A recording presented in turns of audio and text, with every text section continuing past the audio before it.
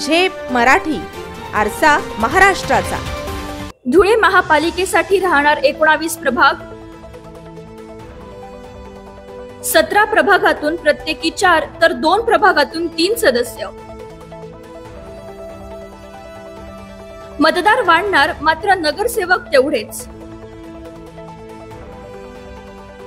मुदत संपलेल्या धुळे महापालिकेच्या निवडणुकीच्या हालचाली वेगात सुरू झाल्या आहेत।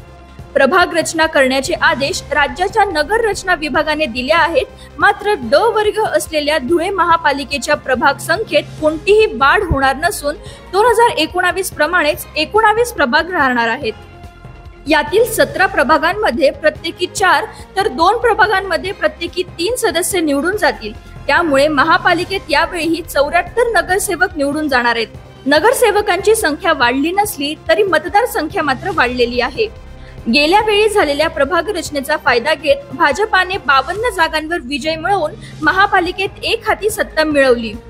त्यावेळी त्यांचा प्रभावी विरोधी पक्ष असलेल्या राष्ट्रवादीला केवळ 8 जागा मिळाल्या। काँग्रेसला 6, MIMला 4, समाजवादी पक्षाला 2 तर बसपा आणि शिवसेनेने प्रत्येकी 1 जागा मिळवली। परंतु यावेळी राजकीय समीकरणे बदलली आहेत। राष्ट्रवादी आणि शिवसेनेत फूट पडून त्यांचे 2-2 पक्ष निर्माण झाले आहेत। त्यातील एक राष्ट्रवादी आणि एक शिवसेना महायुतीत भाजपासोबत सत्तेत आहे। त्यामुळे महापालिकेची ही निवडणूक लढताना ती स्वतंत्र लढवली जाईल की महायुती म्हणून हे अद्याप स्पष्ट नाही। महाविकास आघाडीतही हेच चित्र आहे।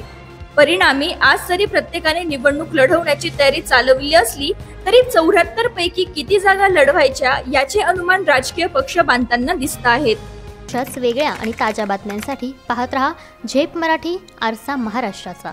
संपादक प्राध्यापक अनिल चव्हाण, धुळे।